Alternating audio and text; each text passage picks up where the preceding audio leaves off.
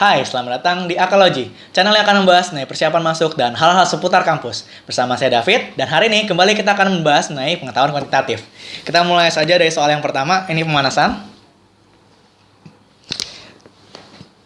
Jika P-10 habis dibagi 6, maka bilangan di bawah ini yang habis dibagi 6 adalah berapa? Oke, jadi kalau di sini ya sebenarnya karena kelipatan 6 kita tinggal tambah atau kurang aja gitu kan. Ya udah, karena di sini ada min 10, kita bisa tambah 6. Ya udah, ini tinggal langsung dapat P-4 ya. Kita bisa langsung jawabannya B. Jadi untuk soal selanjutnya kalau disebut ada satu bilangan yang merupakan kelipatan suatu bilangan, teman-teman tinggal tambahin atau kurangin bilangan tersebut aja gitu ya. Jadi apabila X ditambah X itu habis dibagi Y gitu misalnya, gitu ya. Berarti ya, X plus Y, X plus 2Y, dan seterusnya juga akan habis dibagi sama Y. Kira-kira itu aja. Kita lanjut ke soal berikutnya. Oke, soal selanjutnya nomor 2. Kali ini kita punya irisan dari 3 himpunan ya. Ya, A, B, C. Tentukan mana daerah yang merupakan penyelesaiannya atau yang menyatakan gambar di soal. Oke, jadi langkah pertama di sini kita bisa namai dulu atau kasih nomor. Misalnya ini 1, 2, 3, 4, 5, 6, dan 7. Nah, himpunan yang diminta itu yang berisi 2 sama 3 berarti. Nah, kita coba satu-satu ya. Oke, untuk yang pertama kita bisa coba kalau A iris B itu berarti hanya 3 dan 6. Kemudian kita gabung dengan A iris C, berarti itu cuma yang di sebelah sini ya. A iris C 2,3. Nah, kalau digabung itu kan jadinya 2, 3, dan 6. Kayak gitu. Nah, ini nggak sama dengan yang di atas. Jadi ya udah, ini bukan. Kemudian yang berikutnya, yang option B, A gabung B. A gabung B itu berarti semuanya kecuali 1 gitu kan. 2, 3, sampai dengan 6. Sampai dengan 7, maaf. Kemudian ini diiris dengan A iris C. A iris C itu berarti cuma 2 sama 3. Oke, karena 2 dan 3 juga ada pada himpunan yang sebelah kiri, maka irisannya itu juga akan 2 sama 3. Nah, dari sini kita sudah dapat jawabannya. Jawabannya adalah yang B.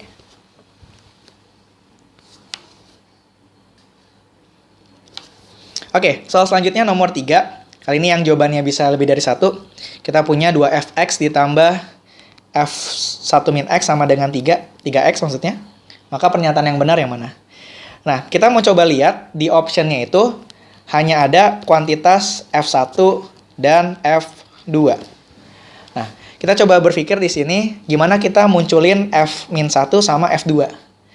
Ya, dari persamaannya karena ada fx, berarti kita coba masukin yang pertama. Kalau x-nya min 1 berarti jadinya 2f-1 ditambah f2 itu sama dengan min 3. Kita udah punya nih persamaan yang pertama. Sekarang persamaan yang keduanya itu adalah kita ganti x-nya jadi 2. Berarti 2f2 ditambah f-1 sama dengan 6. Nah, ini jadi seolah-olah seperti persamaan linear 2 variabel gitu kan. Nah, kita punya kesamaan di sini. Gitu. Dan yang sisanya. Oke, untuk biar sejajar aja persamaannya, kita akan buat ini jadi kita kali 2 gitu ya. 2f2 ditambah 4f-1 hasilnya min 6. Kemudian yang di bawahnya itu cuma tinggal ikutin aja bentuknya. Gitu ya, sama dengan 6. Kita kurangi untuk menghilangkan f2-nya. Berarti tersisa 3f-1 sama dengan min 12. Maka f-3-nya, maksudnya adalah f-1-nya akan sama dengan min 4. Oke, jadi kalau di sini kita sudah peroleh pernyataan nomor 1-nya udah benar ya. Oke, sekarang kita mau cari f2-nya. Nah, dari pernyataan atau yang di sini, persamaan kedua, kita bisa substitusi f-1-nya. Jadi 2f2 ditambah minus 4 sama dengan 6. Berarti kita punya 2f2 sama dengan pindah ruas ini. jadi 10. Maka diperoleh F2 sama dengan 5. Maka pernyataan nomor 2 juga benar. Kalau dijumlahin berarti benar ya. Ini sama dengan 1 juga. Tapi kalau kita selisihkan, F-1 dikurang F2, berarti sama aja min 4 dikurang 5. Hasilnya adalah min 9, tidak sama dengan 9 pada option. Maka pernyataan yang benar di sini adalah 1, 2, 3, option yang A.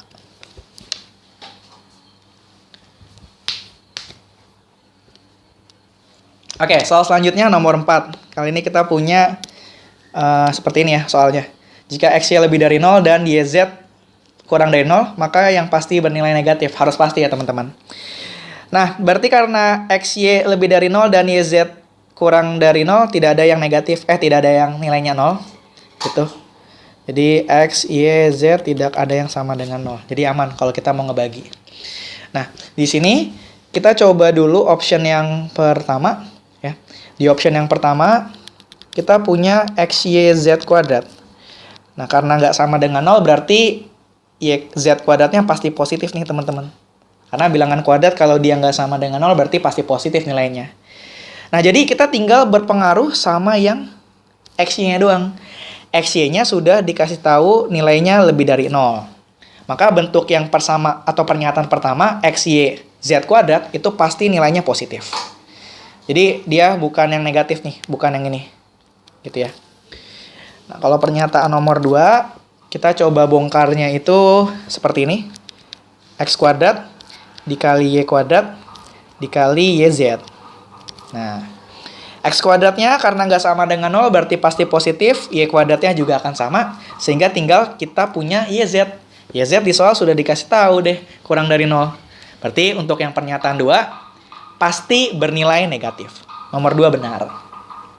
Ya, berarti karena 1 salah dan 2 benar, otomatis 4 juga benar kan? Cuma nggak apa-apa, sekedar untuk cek. Kalau untuk nomor 4, berarti kita mulai bongkarnya. Gimana bongkarnya? Kita cukup kaliin aja sebetulnya. Kan kita punya X, Y. Kita punya YZ. Kita punya X, Y, kita punya YZ. Ini kan negatif, ini positif. Ini negatif. Jadi kalau dikaliin pasti akan bernilai kurang dari 0 atau negatif. Ya, untuk pernyataan nomor 3 teman-teman bisa cek sendiri ya. Oke, jadi 2 dan 4 yang benar, maka optionnya yang C ya. Gitu.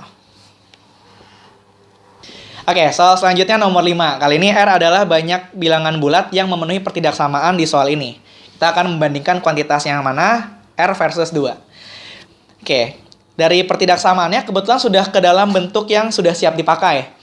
Jadi yang di bawahnya kan X-nya tidak sama dengan 0. Nanti kita akan ikut serta ke dalam garis bilangan.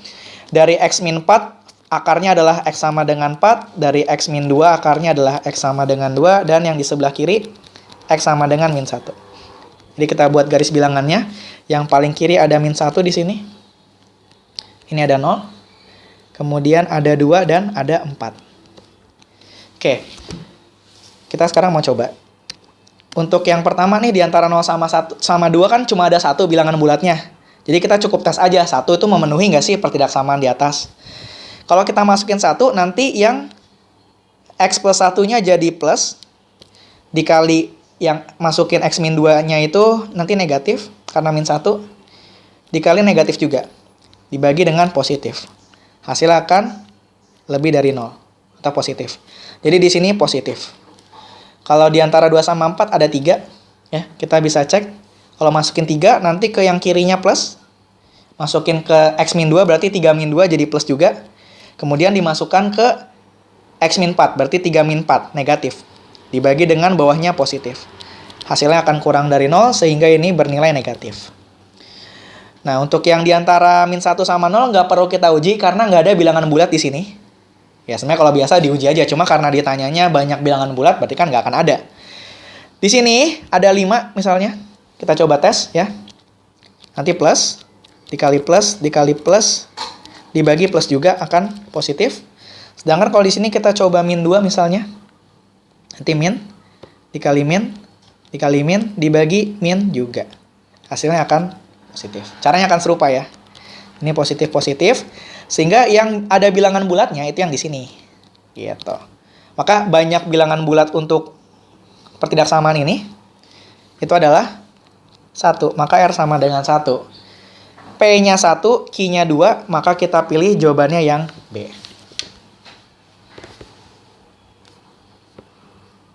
Oke, soal selanjutnya nomor 6. Kali ini kita punya X-nya itu domainnya dari antara 0 sampai 1 ya. Manakah hubungan yang benar antara kuantitas berikut? Oke, untuk kuantitas P boleh dicoret apabila penyebutnya nggak 0 ya. Kan syaratnya itu berarti X tidak sama dengan plus minus 1. Cuma karena di sini tidak termasuk ke dalam domain ya, berarti nanti boleh nih kalau ada yang bisa dicoret, kita coret. Untuk kuantitas P sendiri, X pangkat 4 min 1 bisa kita faktorkan jadi X kuadrat min 1 dan X kuadrat plus 1. Ketika difaktorkan, ini ada yang bisa dicoret. Jadi P ini akan sama dengan X kuadrat plus 1. Oke, kalau kita bandingkan, P dengan Q, karena P-nya adalah X kuadrat plus 1, sedangkan Q-nya adalah 1, kita perlu bandingkan X kuadrat dengan X-nya aja sebetulnya. Oke, gimana ini? Kita cukup bandingkan antara X kuadrat dengan X. Kalau di antara 0 sama 1, kira-kira gimana ya hubungan mereka? Nah, oke, kita mau coba anggap aja misalnya X kuadratnya itu kurang dari X. Anggap aja seperti itu ya. Nanti kita mau ngecek nih hasilnya atau himpunan penyelesaiannya benar nggak sih? X kuadrat kurang dari X berarti X kuadrat min X-nya akan kurang dari 0, sehingga X dikali X min 1 kurang dari 0. Kita buat ini 0, ini 1. Nah, hasilnya akan plus min plus. Plus min plus itu akan selalu berlaku apabila bentuknya kuadrat dan koefisien kuadratnya positif. Ya. Dia minta yang ini apa namanya? Kecil dari 0. Maka solusinya seperti ini. Nah, karena solusinya itu X lebih dari 0 dan kurang dari 1, itu sama dengan domainnya. Maka yang tadi asumsi kita, kalau X kuadrat kurang dari X, itu benar. Nah, berarti anggapan kita adalah P-nya itu akan kurang dari Q, atau Q-nya lebih dari P. Jawabannya adalah yang P.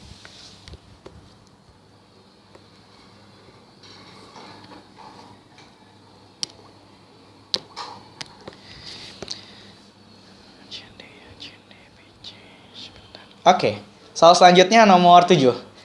Kita punya segitiga siku-siku seperti ini. Ini soal UTBK 2019 ya. AC-nya sama dengan 7 di sini, yang sudah fix. Pertanyaannya berapa panjang garis tinggi CD? Ya, yang teman-teman bisa lihat. Oke, saya akan mulai dari yang cukup mudah dulu, yaitu pernyataan nomor 2 ya. Pernyataan nomor 2 kita akan buat BC sama dengan 5. Oke, BC sama dengan 5. Kita kan, karena ini siku-siku teman-teman, berarti teman-teman bisa cari AB. AB-nya itu akan sama dengan akar dari 7 kuadrat ditambah 5 kuadrat. Pitagoras gitu ya. Oke, berarti 49 ditambah 25 sama dengan akar dari 74. Nah, akar 74 ini ya sudah dapat alasnya. Maka untuk cari tingginya si CD, itu tinggal pakai perbandingan luas. Atau perkalian dari dua buah sisi yang saling tegak lurus pada segitiga. Gitu ya. Berarti CD akan sama dengan AC dikali CB dibagi AB. Itu sama dengan 7 dikali 5 dibagi akar 74. Udah, ini aja.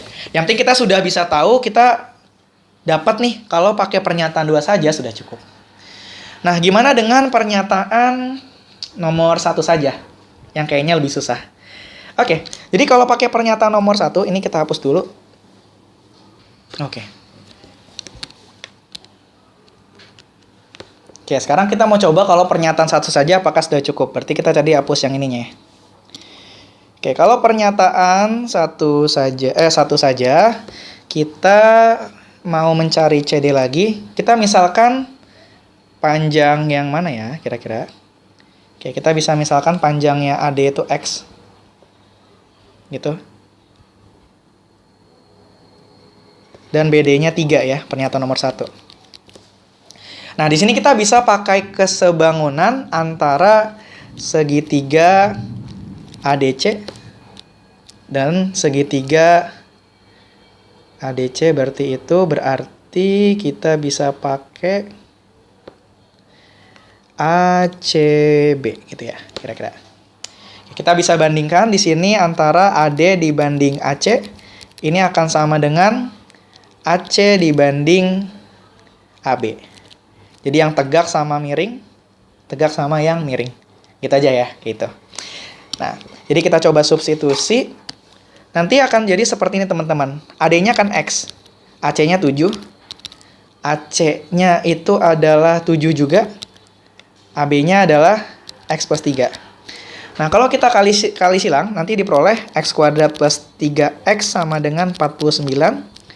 X kuadrat plus 3X min 49 sama dengan 0. Kalau difaktorin secara langsung kan agak susah ya teman-teman. Kita bisa pakai rumus ABC untuk tahu akar-akarnya. Oke, kalau dipakai berarti X-nya itu akan sama dengan min 3 tambah kurang akar B kuadrat min 4AC. Seperti ini. Per 2A. Nah, kalau teman-teman lihat, ini min 3 tambah kurang akar yang dalam kurungnya ini 49 kali 4 ya. 49 kali 4 itu sama aja 200 kurang 4, 196 tambah 9. 196 tambah 9 itu 205. Ya, di dalam akar positif. Nah, dari sini teman-teman bisa melihat kalau dia itu bakal punya 2 akar. Ya, kita tulis di sini yaitu akar satunya adalah min 3 plus akar 205 per 2 sama X2-nya itu adalah min 3 min akar 205 per 2. Nah, yang ini pasti negatif dan gak mungkin karena X itu menyatakan panjang sisi. Tapi kalau yang atas itu positif. Nah, jadi kita udah tahu teman-teman yang memenuhi itu adalah X1.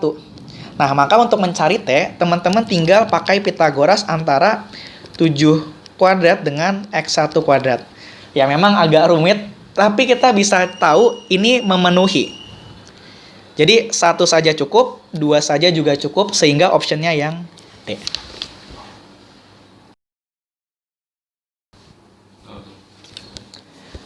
Oke, kita masuk ke soal yang terakhir, nomor 8. X dan Y adalah bilangan positif. Apakah X lebih dari Y? Oke, ingat pertanyaan apakah itu jawabannya bisa 2 ya. Bisa iya dan tidak.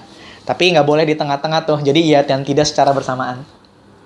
Oke, apakah X lebih dari Y? Kita bisa langsung dapetin jawaban di nomor atau pernyataan kedua. Di sini, kita tinggal pindah ruas aja. X min Y kurang dari 0 berarti X kurang dari Y. Sehingga jawaban dari pertanyaan soalnya apakah X lebih dari Y, ini tidak. Tapi nomor 2 saja sudah cukup. Gitu ya. Jadi tidak, tapi cukup. Ya nggak apa-apa. Nah, kalau pernyataan 1 saja kita punya XY lebih dari 1. Oke, di sini tidak cukup. Karena saya bisa ngasih alasan, kan dia sama-sama positif. Contohnya misalkan ini 3 sama 1/2 deh. 3/2 kan hasilnya lebih dari 1, ini benar. Atau bisa juga setengah dikali 3. Ini juga benar kan? Dia sama-sama lebih dari 1. Tapi kalau di sini X-nya lebih dari Y, sedangkan yang di bawah X-nya akan kurang dari Y. Nah, mana nih yang benar? Kan nggak bisa tadi secara bersamaan, iya atau tidaknya. Pernyataan nomor 1 saja tidak cukup. Jadi 2 saja cukup, tapi 1 saja tidak cukup, maka jawabannya yang option B. Oke Sobat AK di rumah, terima kasih banyak telah menyaksikan video ini dari awal sampai akhir. Apabila ada pertanyaan terkait video kali ini, bisa tulis di kolom komentar di bawah ini. Sekian untuk video kali ini, sampai jumpa di video selanjutnya. Hai Sobat AK, terima kasih banyak ya telah menyaksikan video ini dari awal sampai akhir. Jangan lupa like, komen, dan subscribe channel YouTube kita ya. Dan follow Instagram kita di bawah ini. Terima kasih semuanya.